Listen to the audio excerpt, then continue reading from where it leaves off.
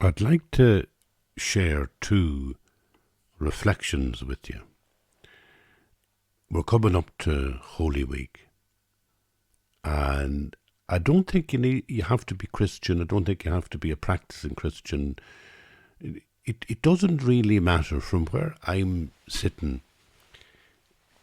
Religion gives you a symbolic life, It's a way of living symbolically. And it's not sort of necessary to belong to it as an institution. I mean, that's my feeling.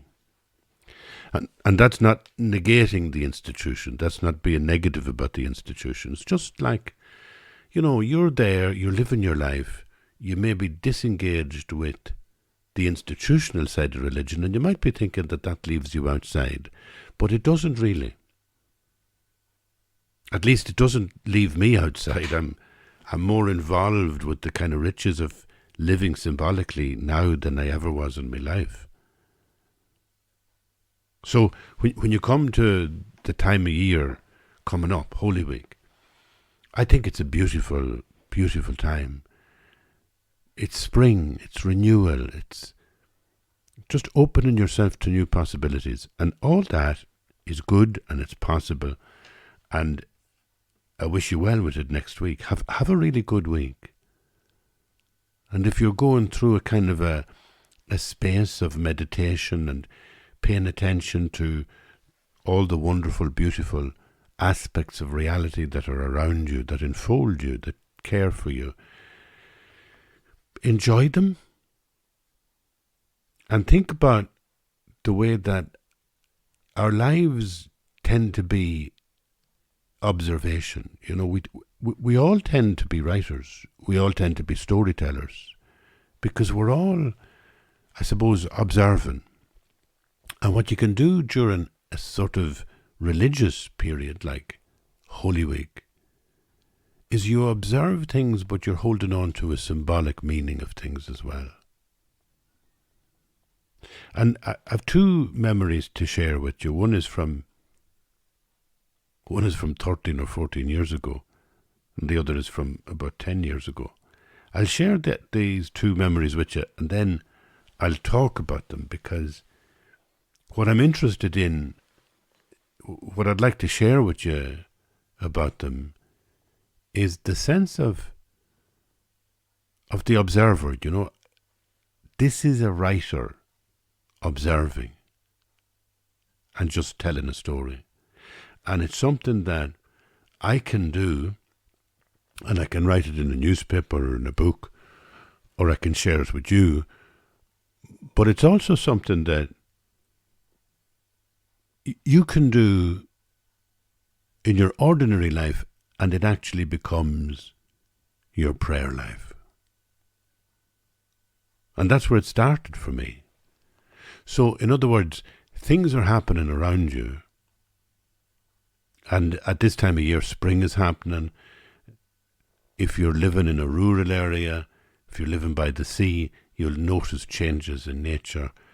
If you're living in an urban area, you'll still notice beautiful and wonderful changes in nature when you go into a park or when you look outside your window. If you're living in a northern area like Ireland, well, you notice the massive change in light, and the clock that went back, that went forward last week, has given us now, light until 7:30 in the evening. So when you look around, you're observing stuff, and then when you're living symbolically, you're kind of making a link between what's happening around you and some sense symbols that come out of religious tradition. You begin to use the symbol from the religion as a sort of a lens through which to understand the reality around you. So I was in hospital 2 years ago. I was in Beaumont at this time of year, and I came out about, I think it was the 1st of April, which on that year was also Good Friday. But I remember that when I was living in the hospital and waiting for an operation and being a little bit terrified about operations, I would hold on to images of Good Friday, of the crucifixion.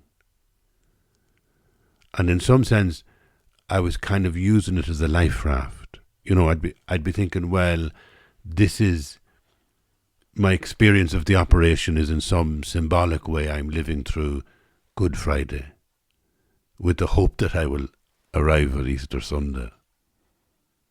And that's what I mean by living symbolically.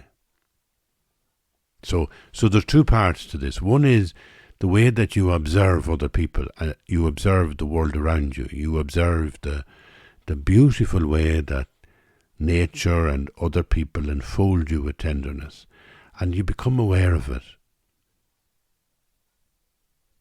And that observational disposition is very much the storyteller or the writer, because as you become aware of what happens around you, you have actually gathered the story of it.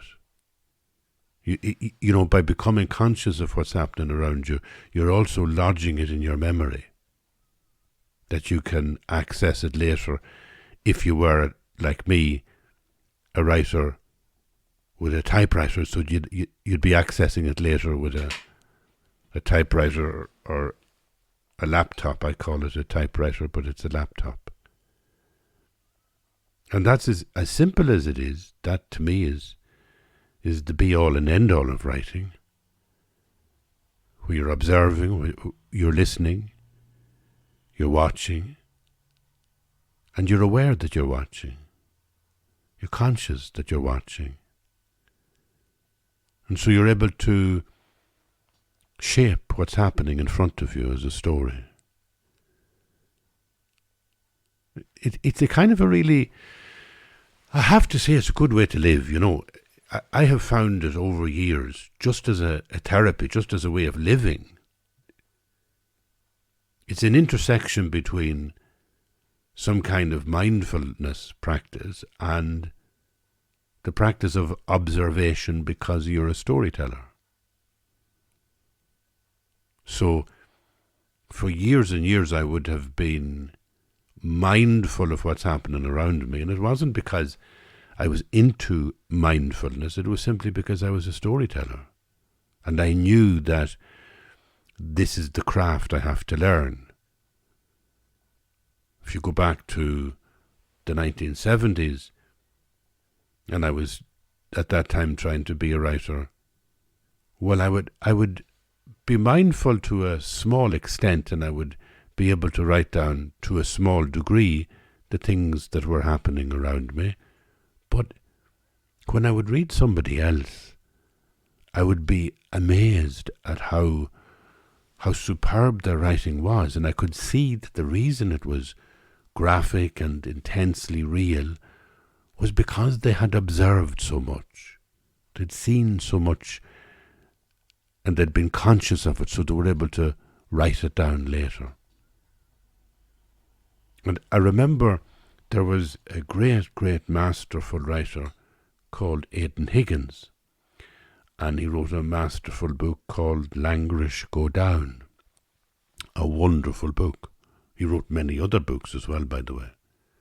But on one occasion when he was a young writer, he sent one of his scripts, I think it was the original manuscript of Language Go Down, and he sent it off to Samuel Beckett with the wise attitude that if he needed advice from somebody he didn't know, and if he was going to reach out to somebody, well, why not reach out to the best?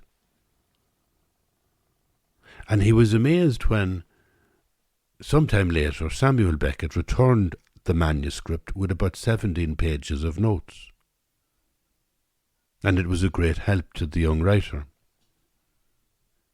But the consistency within Samuel Beckett's notes had to do with observation.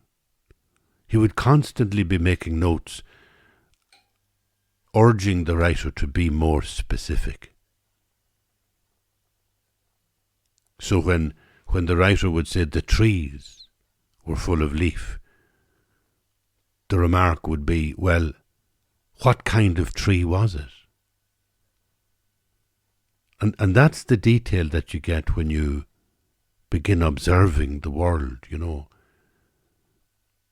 The man was wearing a hat, but what kind of a hat? He put the wallet in his pocket. He was wearing a suit. What kind of a suit? What colour was it? Is there any other description or descriptive word you could use? The kind of clarity that is in words comes from observation, and observation comes from mindfulness. So there you have it. The writer is simply observing the world that's going on around her or him. You're observing the world, and you're mindful of the world. And that's where there's an intersection between creative writing and mindfulness.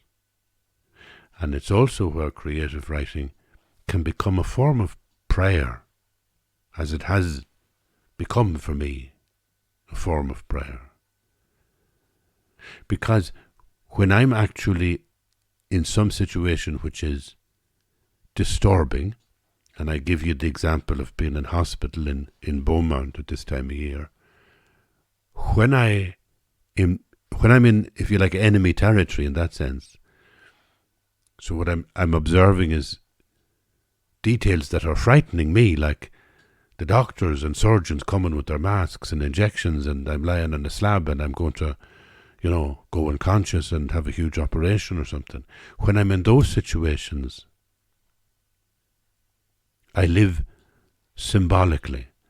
So I take, let's say, the crucifixion, because it happened to be in that week when I was having an operation. And so, well, it was the week before, but that's only a detail. Basically, it was what I held on to as a life raft.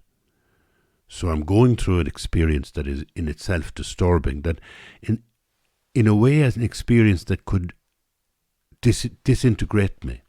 It could leave me so stressed that my consciousness would become fragmented into just a blur of anxieties.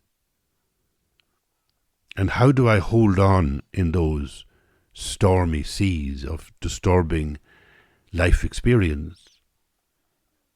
I try to live symbolically. I take, we'll say, Jesus in the garden, Jesus dreading Good Friday, Jesus being crucified or tortured.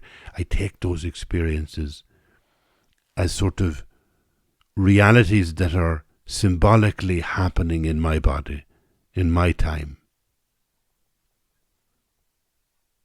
The ancient old monks would have said that you were uniting yourself with Christ. Now, Buddhist practice is more consciously mindful and tries to allow you to experience a detachment from what's going on. You're kind of practicing an understanding that the deeper reality is not just this surface of torment or suffering. And so, I suppose you could imagine that if I was strong enough to be Buddhist about it all, I wouldn't need to hold on to symbols. If I could go through, let's say, an operation with complete equanimity and detachment, that, everything is an illusion, then I'd be fine. And that's the kind of equanimity that you will find when you read, the lives of Tibetan monks who have been suffering over the years in prisons, let's say in China in the 50s and 60s and 70s. You find amazing stories of equanimity, where the practitioner is able to stand back from the experience and not just acknowledge that it is a temporary experience, not just acknowledge that it is an illusion, that it doesn't have a reality of its own at all, but in fact, practitioners who are able to understand that if somebody is perpetrating some aggression on them, some suffering upon them coming from another person, they're able to kind of extend compassion to that other person. So that's really strong mindfulness, isn't it? And I can tell you, I wouldn't be anywhere near that sort of strength. So maybe Christianity is for the weaker people, in a sense. Because what I get from my Christianity is that in a troubling situation where I cannot detach myself from what's happening to me, at least I can live through the terror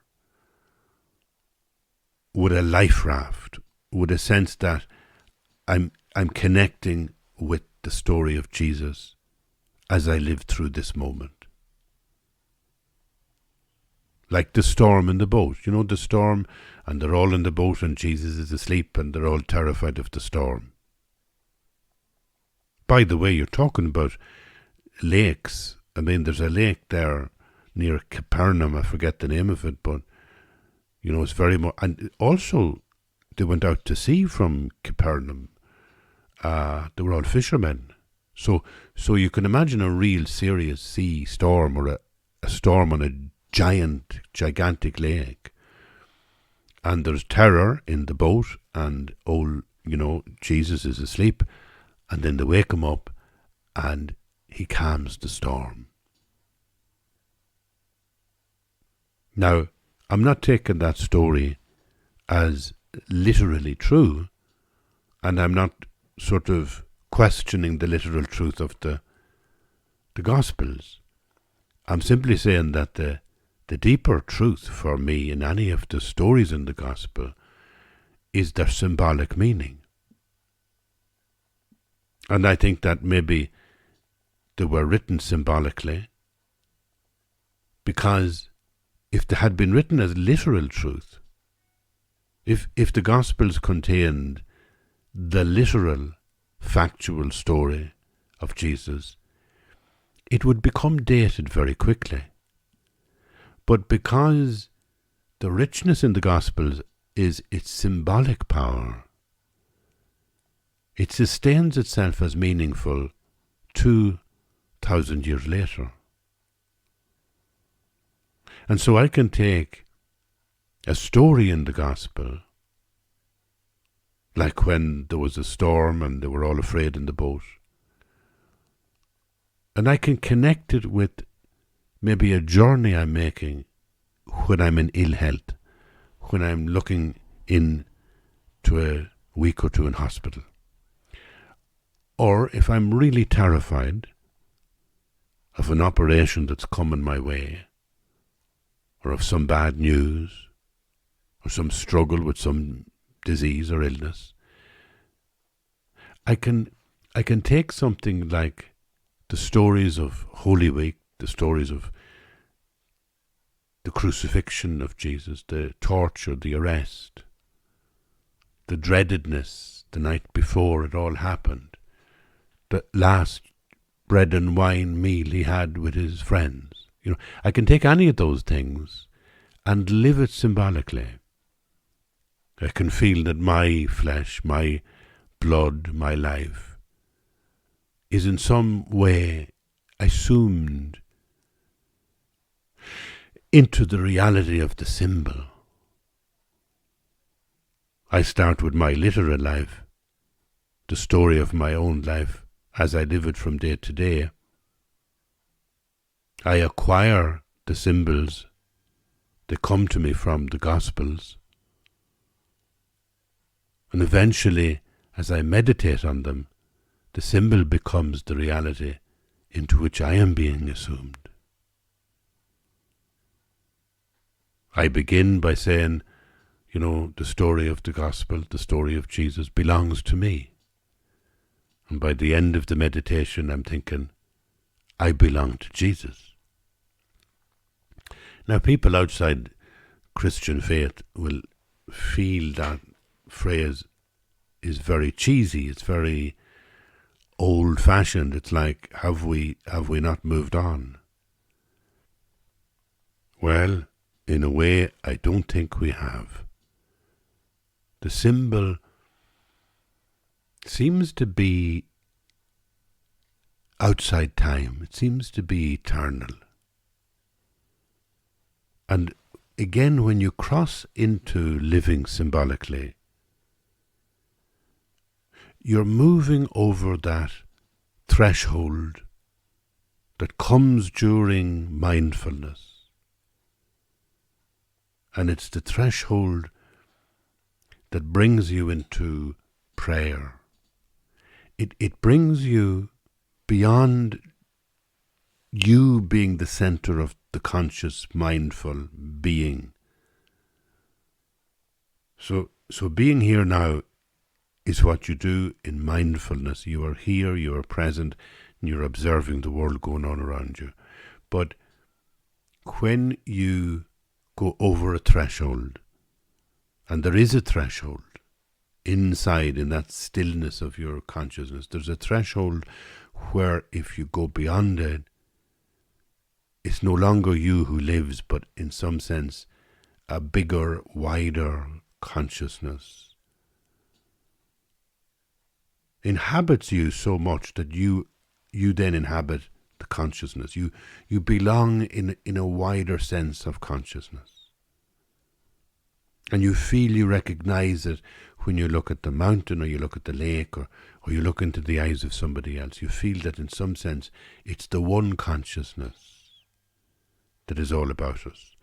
And this podcast as a preparation, I suppose, for Holy Week, I'm saying to you that this can work in a very practical way. And it goes from just being an observer of the world around you, and that becoming a mindfulness which intersects with the storyteller. But eventually, if you go through experiences which are troubling, and those experiences could be going into hospital. I keep talking about that one because it happened to me 2 years ago and this is the anniversary of it. But if you have other experiences which are troubling, it could be simply because you're alone. It could be simply a sense of anxiety about being alone. One of the most common killers, they say, is loneliness.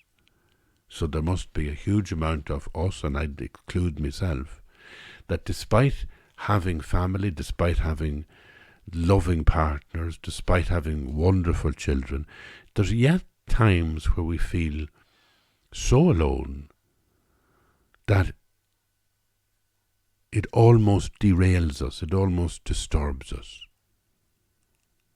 And that's the kind of trouble that nobody can see. I mean, people can see you have trouble if you're going into hospital, you have trouble if you have pain, if you have constant pain, you have trouble if maybe there's upsets in your family and dysfunction arises in your family. So there's loads of ways that there is trouble, stressfulness, that everybody else can see and have sympathy for you. But nobody sees you when you're alone. And that can be a very, very difficult place to be for some people. Now, what I'm saying this week is that in those moments, what I have done in the past is I have then used the Christian narratives, the Christian stories, the stories that come out of the gospel, and I've used them as life rafts. I've used them as like an anchor. It's not that I'm saying there's anything literally true in the gospel, not that I'm saying there's anything literally untrue, but I'm saying that I use them because they are symbols. I use their symbolic force. Jesus is asleep in the boat, and all the people in the boat are terrified. I'm one of the people in the boat. I am terrified. I am afraid of the storm.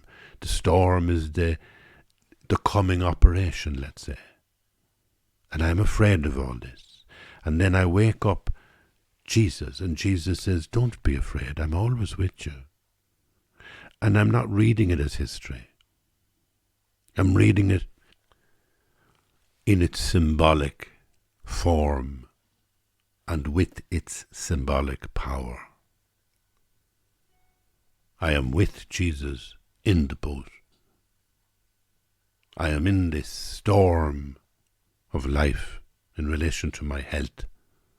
And Jesus is saying to me, be not afraid. And that's how the symbol works. That's how living symbolically, which is the jewel in all religion, is to live this symbolic life. It's nothing to do with historical reality. It's nothing to do with science. It's nothing to do with...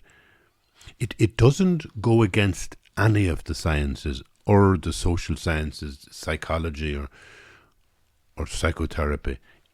It's just a symbolic way of living. I'm not a teacher. I'm not a psychotherapist. I know nothing about the sciences. But all I do know about is storytelling. That's the one thing I do know about. And I notice over 30, 40 years that there's an intersection between being a storyteller, where you're observing the world around you, and prayerfulness. Because you develop detachment when you're watching the world around you, when you're observing people behave, and when you're trying to observe the detail, like not just look at the tree, but what kind of a tree. Is it an oak tree or a beech tree that you're looking at? And that kind of clarity, which is necessary to be a writer or a storyteller, also leaves you with this disposition of observing the world around you. I could do that all the time as a storyteller without having faith in any religious sense. But it's when life gets tough and I become terrorized and frightened by emotional traumas or by physical and health traumas. And that's when I begin to see that in that moment I could actually use the symbols of the Christian tradition to live symbolically, to hitch my whole conscious distress to the story in the gospel, let's say of the crucifixion, let's say of the scourging at the pillar, whatever. I bind myself to it in every sinew of my physical body and every ounce of conscious energy in my mind. I bind myself, like St. Patrick does in that beautiful prayer that we talked about last week. I bind myself to this. And I do it because if I can wrap my entire consciousness around a symbol, the symbol draws me in, it sucks me in, and I begin to live symbolically. And I'm transformed as well, which is the resurrection. I am transformed because I'm journeying now. It's not me that journeys, but I belong to this great symbolic transformation from Good Friday to Easter Sunday. And I wanted to share that with you because it's Easter coming. And rather than do things after Easter, I suppose I wanted to do them even before Holy Week begins. And there's two There's two little stories and I'll finish with one of them. As I say, it's an observation from, nearly 13 years ago. I saw a mink last week on my way to the train. Black and shiny, its gorgeous coat far superior to even the most beautiful black cat I ever had. It was running across the road that leads down to Loch Ennel, where the swans live. There was something about its wild nature that I envied.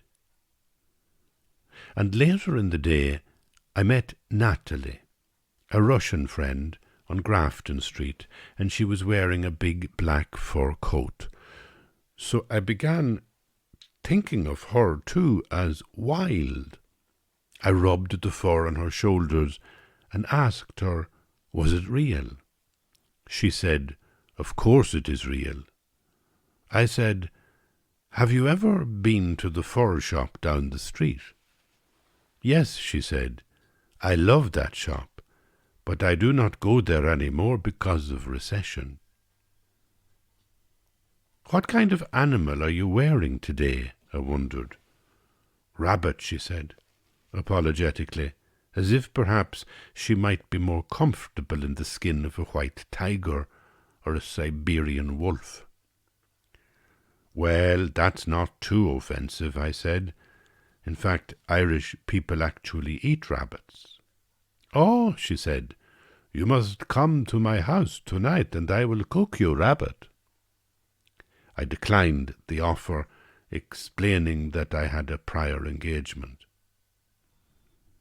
That night I was scheduled to partake in a panel discussion on the radio with two other people, a young man and a woman, both of whom are known as entertainment journalists. We were going to talk about movies. When the program began, I tried to sound as if I knew something about Hollywood. Apparently Sandra Bullock is having personal problems, I declared, but everybody already knew that. The young man beside me explained how the movie under review was not very good and was the same as half a dozen other movies, and how the storyline was silly, but that Sandra looked good. If you like Sandra, he said, you will like this movie. He sounded like he knew her intimately. The presenter was just off a plane from New York, and he was sporting an impressive tan. And the young woman on the panel was all giggles like Marilyn Monroe, on the verge of ecstasy, as if this was the happiest day of her life. I just didn't know enough about movies, and I couldn't keep up with the eloquence of the other two. I was amazed at how much they knew about celebrities and at all the hot gossip they had about Hollywood. At one stage I asked them, was there a danger that we might be losing the run of ourselves, and that perhaps our overfamiliarity with American culture was a sign that we were as a nation still colonized? They looked at me as if I had two heads. I left the studio a bit dazed and wandered into a nearby pub. A young woman in Gothic evening wear was leaning against the bar and holding her head like she had a migraine. I asked her, was anything wrong? She said she was in the back of a taxi and she heard an old geezer on the radio trying to say something intelligent about movies. The old fart probably wasn't at a movie for decades, she said. He was going on about being colonized or something. He said he was from Mullingar, wherever that is, probably on planet Zog. No, I said, Mullingar is in Westmeath. It's an hour away on a train. How do you know? She asked. I said, the fart on the radio was me. Jesus, she exclaimed. That's cool. We didn't have much of a vocabulary in common, so I tried to use words judiciously. When she asked me, would I like to join her for a drink, I said, that'd be cool. And she said I was cool. And then the drinks arrived, my wine and her vodka, which is when she realised that she left her money in the taxi, and she was all distressed about that. So I paid, and she thanked me, and I said, don't worry, it's cool. And then, for the sake of conversation, I said that I had seen a sleek black mink that morning on the road to Loch Ennel, where the swans live, and that it was utterly wild and beautiful. She stared at me with some unease and said, you're really off the wall, man. Yeah, I wrote that on the 2nd of April in 2010, and there's nothing can follow it except be well, and if you want to be a writer, watch people, listen to people, don't put any psychology into it, just be a witness to what happens. And if you're troubled in your mindfulness, find that threshold and reach over it and begin to live symbolically. Use Christ or the Prophet, may his name be blessed. Use the Buddha or any of the Buddha narratives. Use whatever faith is suitable to you, Hindu or Jewish, or maybe your own version of it. Maybe the gods that you talk to, the mentor deities that hang around your room, are ancestors, or parents, or people that you've lost from this life. But live with them symbolically, and know that they carry you, like a boat carries you through a storm, and that at the end there will be transformation into joy. Have a wonderful Holy Week from Palm Sunday to Easter Sunday. And thank you for being here. Bye-bye.